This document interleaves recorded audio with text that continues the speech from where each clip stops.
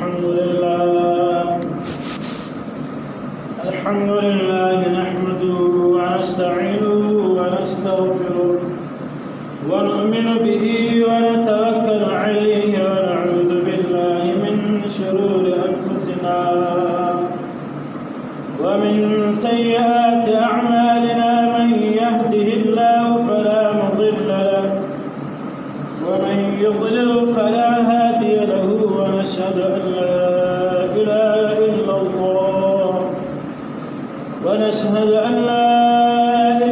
إلا الله وحده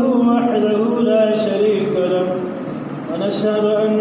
سيدنا وحبيبنا ومولانا محمدا عبده ورسوله أما بعد فإن حديث كتاب الله فإن هدي محمد صلى الله عليه وسلم فإن شر الأمور محدثتها وكل محدثة بدعة وكل بدعة ضلالة وكل ضلالة في النار أما بعد فأعوذ بالله من الشيطان الرجيم بسم الله الرحمن الرحيم وما أرسلناك إلا رحمة للعالمين صدق الله خالقنا العلي العظيم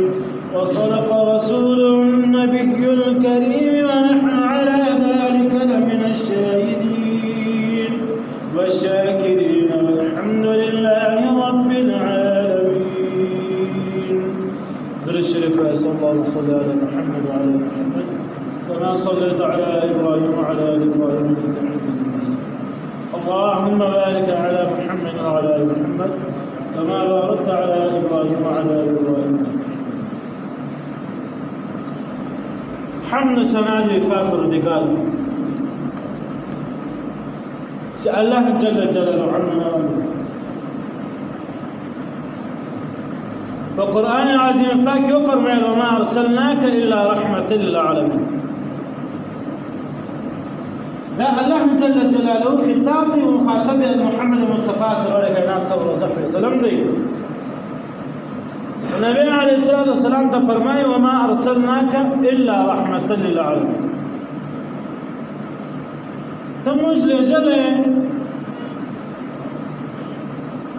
وتموج ما استولى إذا قارد دي خلقه إلا رحمة للعالمين ما قلت رحمة إذا قارد طول عالم. الله جل جلاله بقرآن فاك إذا نور تفرميت وما أرسلناك إلا رحمة للمؤمنين تتخيل مجد مؤمنان ونبار رحمة أستولي ده نور تدايق الرب رحمة للعالم. ولي الله جل جلاله بقرآن عظيم فاك يفرمي ورفعنا لك ذكرا تسجيري بزمان ذكري حتى بستاذ ذكر الله جل جلاله رب العالمين النبي عليه الصلاة والسلام رحمة للعالمين. ده النبي عليه الصلاة والسلام أولاد ببيقاني زمان ده النبي عليه الصلاة والسلام سنة ولا سنة واحدة في الدنيا تكر إنسان ده كور مصر ده كل مصر ده يو خط خاندان ده يو قبيلية مصر ده يو ملك بادشاه مصر ده الله جل جلاله انصاف صحیح او برابر پیدا کړی په دنیا کې بیا د دغه په واسطه باندې الله جل جلاله د قوم برابر پیدا کړی کې کور مصر سم وي کور ټول سم نه کې د کور مصر خراب او د ټول کور خراب سي الله جل جلاله نبی عليه الصلاه والسلام دا ویل چې رحمت للعالمین. نو د نبی عليه الصلاه والسلام ټول اهل عيالم الله جل جلاله رحمت للعالمین کړو. دا میاسه محرم والحرام پښتو کې حسن حسین میاسه توای په دغه میاسه کې د الله جل جلاله خوش پیغمبر حضرت محمد مصطفی سرور کائنات صلی الله علیه وسلم د په آل او عیال باندې امتحان میاسه د په دغه آل باندې امتحان تللی و نبی علیه الصلاۃ والسلام ته الله جل جلاله څلور لوڼې ورکړې ولې و نبی علیه الصلاۃ والسلام ته الله جل جلاله درې زویان ورکړې ولې روایت کتابونه لیکي چې د نبی علیه الصلاۃ والسلام 14 بیبیګانې ولې یعنی 14 کورودان شریف ولې چې سچم دنیا څخه نبی علیه الصلاۃ والسلام رخصت کېدی نو د نبی علیه الصلاۃ والسلام نه د بیبیګانې ژوندۍ وه درې دانې زویان الله جل جلاله ورکړي ول چې د یو نوم طاهر ولې د بل نوم عبدالله ولې د بل نوم قاسم ولې دا د نبی علیه الصلاۃ والسلام زویان اولاد زویان الله جل جلاله پکشنی عمر کې ځینو واخصه نبی علیه الصلاۃ والسلام ته وشته دراله و د عائشې ته وویل د نبی علیه السلام بیبي دغه ته وویل چې ته د الله د رسول زدا پوښتنه وکړه چې زما درې زویان شي دا مړه شوي دي زما درې زویان پکشنی عمر کې مات کړي دي ته ورته وایې دا درې زویان دغه عوض به خدای ماته راکړي نبی علیه الصلاۃ والسلام ورته وفرمایلی چې د کوم انسان که درې اولاده په دنیا کې مړه شني نابالغه و هغه ته الله جل جلاله دا درې اولاد مور پلار لپاره سفارش ګرځي شفاعت ګرځي دا درې اولاد به شفاعت کوي بیا ورته په بل شي بیا ورته فرمایي ورته د الله رسول څخه دا وفرمایه عرض مکه که چیرې دوه اولاد الله مړول پکشنی عمر کې نبی علیه الصلاۃ والسلام ورته فرمایي دا هغه به جنت نه ننوځي چې کوم انسان دوه اولاد مړول هغه انسان ته به دغه دوه اولاد شفاعت ګرځي بل بیا ورته فرمایي چې ته دا عرض نه کړې چې یو مړ وي بیا هم نبی علیه السلام دا څه فرمایي که یو مړ ولیم کتابونه لیکي وي دا به تر هغه پورې جنت نه ننوځي ستر پورې د خپل مطلق شفاعت نه کوي حضرت عائشہ رضی الله تعالی عنها ورته فرمایله چې دا الله رسوله ته چیرې د انسان اولاد ولې نه ته چیرې د انسان اولاد ولې یا ټول ژوندي مړه نه ول نو نبی علیه الصلاۃ والسلام په خپل سینه مبارک لاس ونیوله چې دا هغه لپاره به شفاعت هم دا به هغه پورې جنت نه ننوځي چې ما شفاعت نه کړې دا بیا جنت د نبی علیه الصلاۃ والسلام درې اولاد درې سره پکښنه عمر کې دنیا رسېږي څلور لوڼې ولې حضرت زینب ام کلثوم ام هاني کور والا څلور لوڼې ولې په څلور لوڼې کې فاطمه الزهرا دا درې لوڼې حضرت عثمان غنی ذوالنورین رضی الله تعالی عنه خلیفہ ثالث و هغه ته نبی علیه الصلاۃ والسلام په نکاح ورکړي ولې او ایو لور خلیفہ رابع حضرت علی کرم الله وجهه ته هغه ته خپل لور ورکړي ولا بیا د نبی علیه الصلاۃ والسلام دغه لور لبی فاطمه رضی الله تعالی عنها څخه الله جل جلاله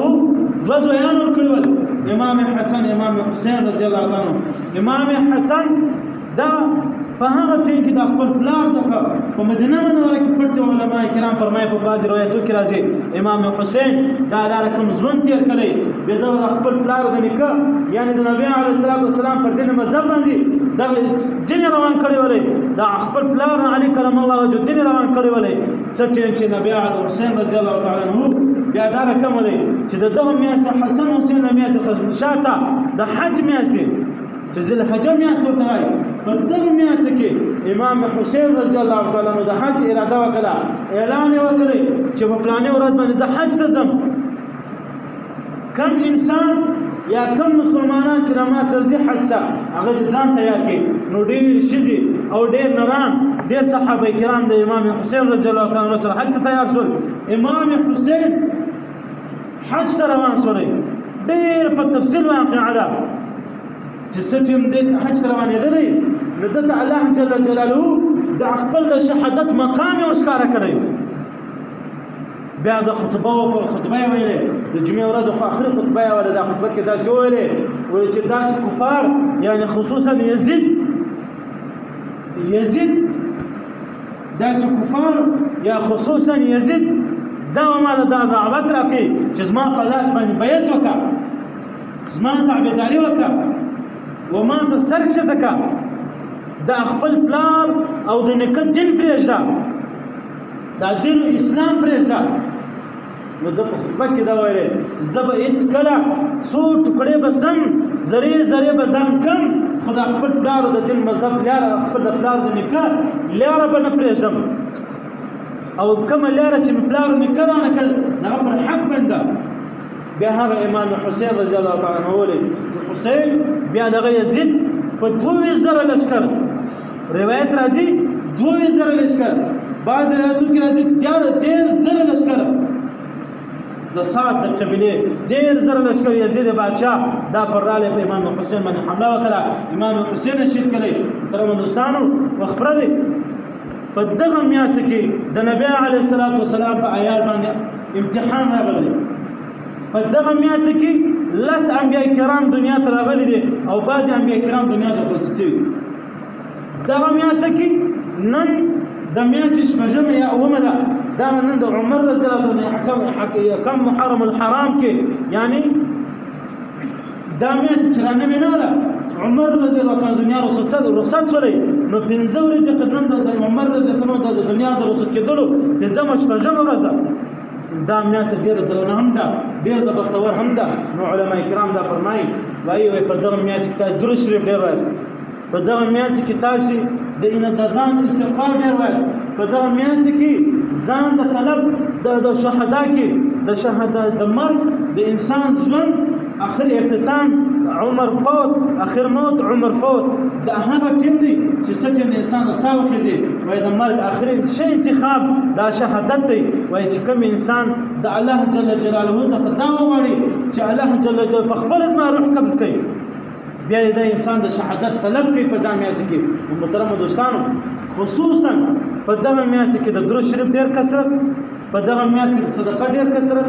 او په دغه میاشت کې د الله جل جلاله څخه د مغفرت ډېر کثرت دا د انسان په ځان کې راولي په اهل عیال کې راولي او خصوصا د نبی علیه السلام په اهل عیال ځان خبر کې د نبی علیه السلام په د نسی امام حسین رضی الله عنه چې کوم واقعه ولا په دغه تفصیل ځان خبر کې. نو الله جل جلاله ومن تاسو په دغه خبره عمل فکر نسکی دعا ولا من الحمد لله رب العالمين والصلاه والسلام على خير خلق محمد وعلى اله وصحبه اجمعين. اللهم اغفره وارحمه وتجاوز عنه اللهم اغفرها وارحمها وتجاوز عنها اللهم اغفرهم وارحمهم وتجاوز عنهم اللهم وسع قبرهم اللهم نبر قبرهم اللهم باعد بينهم وبين خطاياهم كما بعدت بين المشرق والمغرب. إلهي سمنا على الإسلام مسلمان بطول من كل رحم كرمك سمنا على الإسلام مسلمان بردقارا بطول إهنا عيات خير بيشي فكوروك بركتون وبيداك يا إلهي سمنا على الإسلام مسلمان استغفر كل فكر نسبك. اللهم اهدنا الصراط المستقيم صراط الذين أنعمت عليهم غير المغضوب عليهم ولا الضالين آمين. صلى الله تعالى على خير خلق محمد وعلى آله وصحبه أجمعين آمين يا رب العالمين برحمتك يا رب.